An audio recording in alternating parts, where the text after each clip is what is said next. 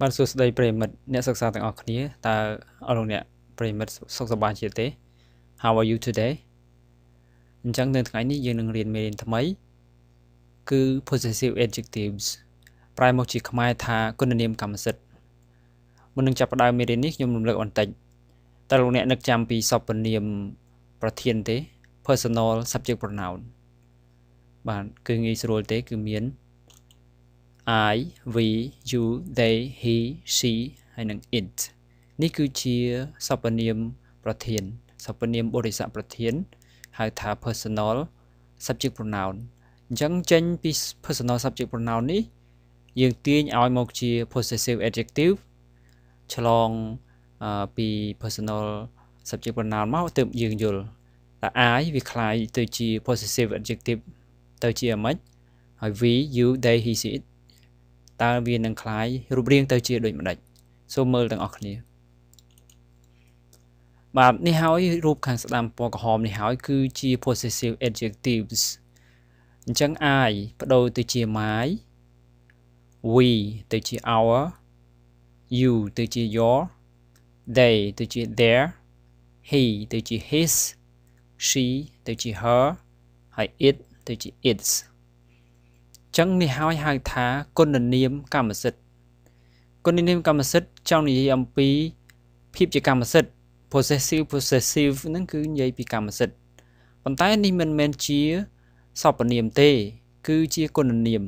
ពីព្រោះវាទាមទារត្រូវមាននាមមួយនៅពីក្រោយវាបាទសូមមើលទាំងអស់គ្នាត្រូវចងចាំថា possessive adjectives គុណនាមកម្មសិទ្ធិត្រូវការនាមមួយពីក្រោយវាមិនអាចនិយាយទៅទេបានទេយើងមិនអាចថានេះគឺជារបស់ខ្ញុំណា this is my អត់និយាយចឹងកើតទេប៉ុន្តែបើយើងនិយាយថា this is mine វាគឺជារបស់ខ្ញុំអានោះមិនមែនជា possessive adjective ទេគឺជា possessive pronoun ជាសព្វនាមកម្មសិទ្ធិទៅវិញប៉ុន្តែយើងថ្ងៃនេះយើងរៀនអំពី possessive adjectives អញ្ចឹងវាមានពាក្យដូចជា my ប្រែថារបស់ខ្ញុំប៉ុន្តែវាទាមទារនាមមួយដាក់ពីក្រោយវាទៀតអញ្ចឹងទំព័របន្ទាប់យើងនឹងរៀន my សូមអានតាមខ្ញុំ my ប្រែថារបស់ខ្ញុំ our របស់យើង your របស់អ្នក their របស់គេ his របស់គាត់ her របស់នាង its របស់វា its នេះយើងប្រើទៅលើវត្ថុឬក៏សត្វក៏បានដែរបាទបាទអញ្ចឹងឥឡូវយើងចាប់ផ្ដើមភ្ជាប់រវាង personal សំដៅ possessive adjectives ជាមួយនឹងនាមបាទអញ្ចឹងនៅខាងឆ្វេងនេះគឺជា possessive adjectives មាន my our your their his her និង its ខាងស្ដាំគឺជានាមមាន car house watch books towel purse និង color ឥឡូវយើងភ្ជាប់ my បូកនឹង car my car អញ្ចឹង possessive adjective មិនអាចនិយាយដោយឡែកតែឯងបានទេគឺយើងត្រូវភ្ជាប់នាមមួយនៅខាងស្ដាំរបស់វា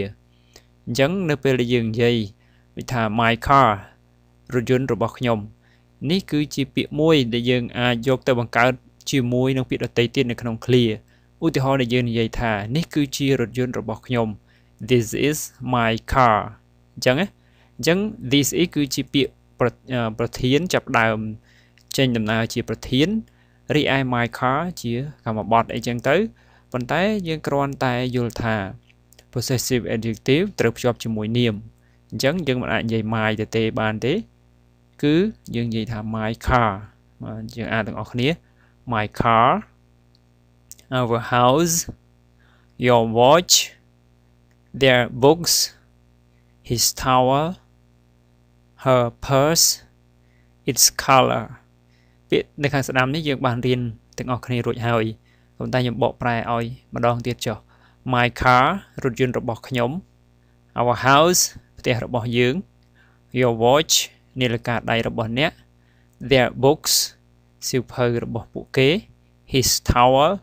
កន្សែងពុះគោរបស់គាត់ her purse កាបូបលុយរបស់នាង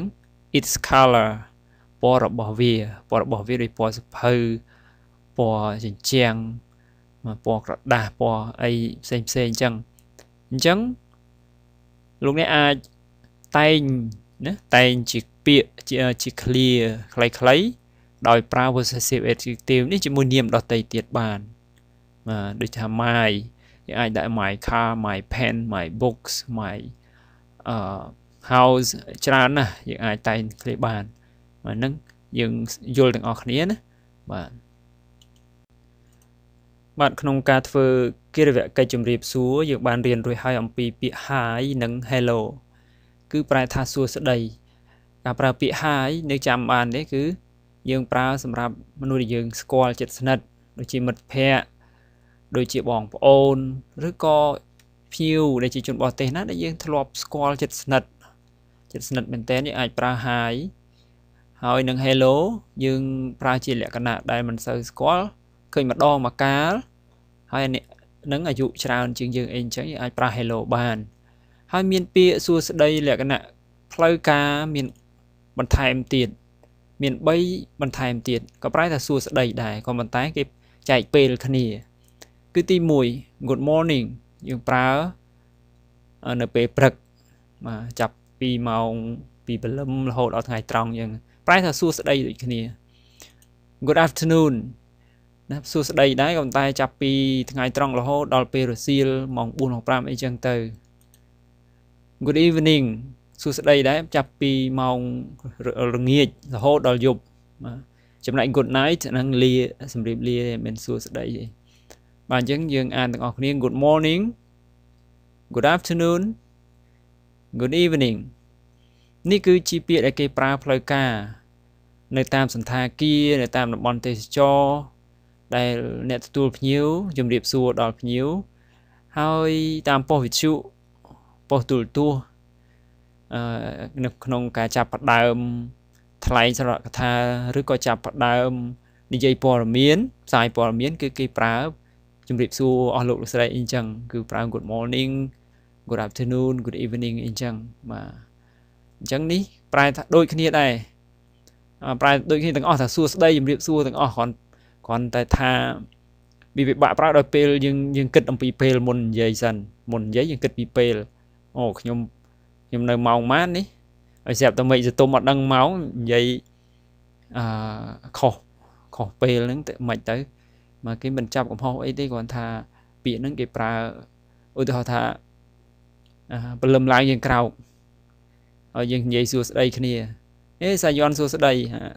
đây tầm khổ vì lâm mạnh còn chẳng đó mà chẳng những ai đi hello hi good morning good afternoon good evening ការសន្ទនាបន្ទាប់ទៅនេះគឺ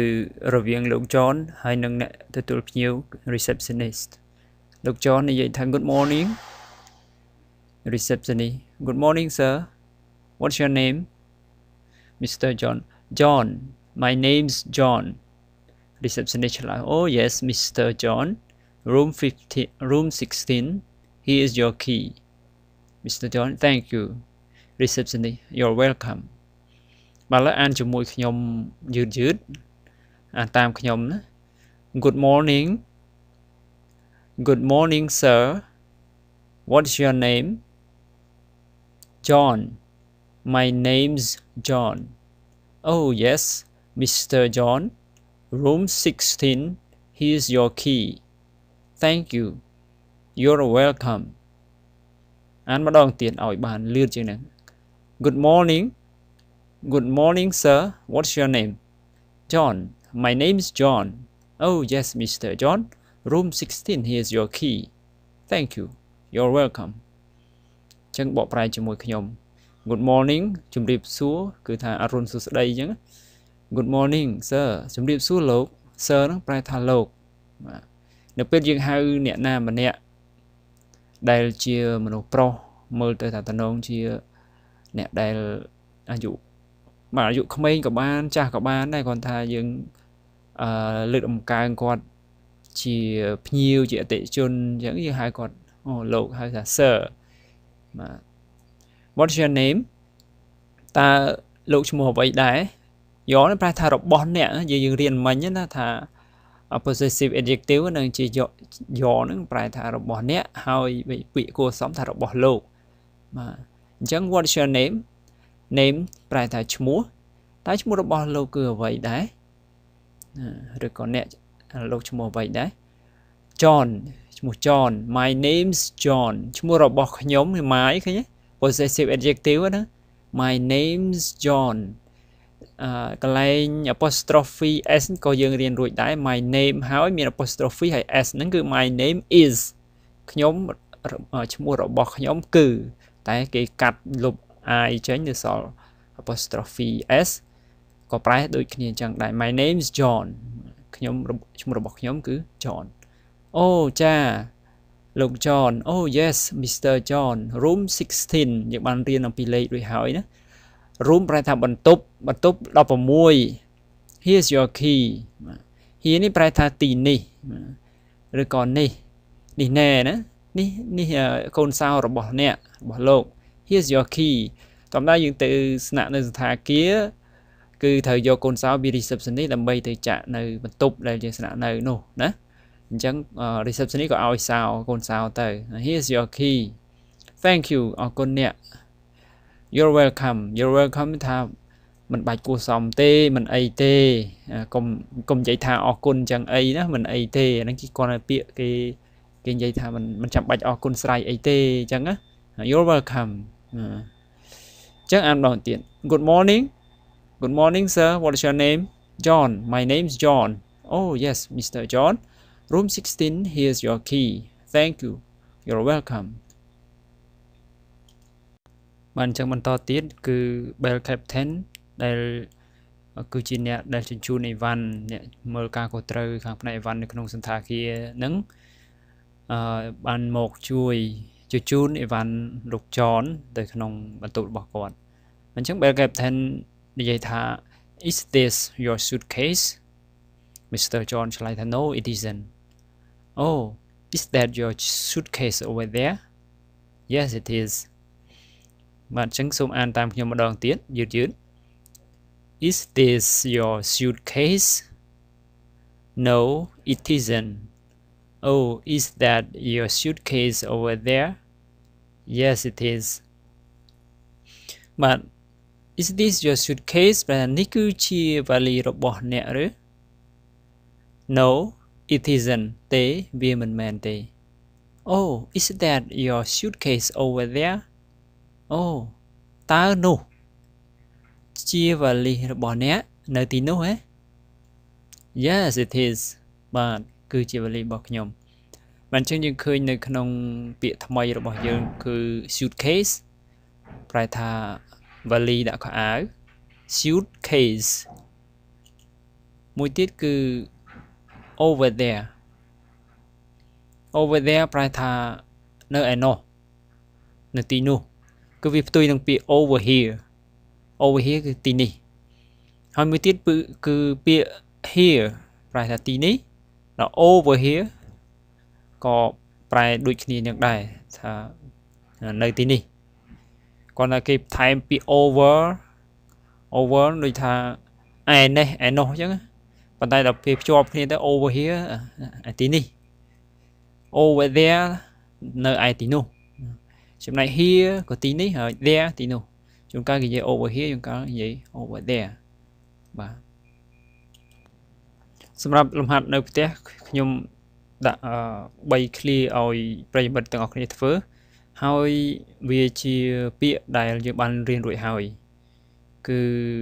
លោកអ្នកអាចស្រាវជ្រាវឬក៏រកនឹកឡើងវិញហើយប្រើសមត្ថភាពរបស់យើងនឹងគិតថាទៅត្រូវរៀប clear ហ្នឹងធ្វើម៉េចឲ្យបានចេញជាភាសាអង់គ្លេសមកទី1វាគឺជាកាបូបលុយរបស់ខ្ញុំឈ្មោះរបស់ខ្ញុំគឺច័ន្ទខ្ញុំជាសិស្សតើអ្នកឈ្មោះអ្វីហើយមកពីណាបានមិនពិបាកប្រហែលទេ clear ស្រួលណាតែឲ្យលោកអ្នកហ្នឹងមានការមានសមត្ថភាពកើនឡើងបាទហើយរាល់ថ្ងៃខ្ញុំសូមជម្រាបចំណុចមួយដែលធ្វើឲ្យលោកអ្នកមានសមត្ថភាពស្ដាប់ឲ្យបានច្រើនគឺបើនៅស្រុកខ្មែរយើងបើយើងចំណាយទៅលើ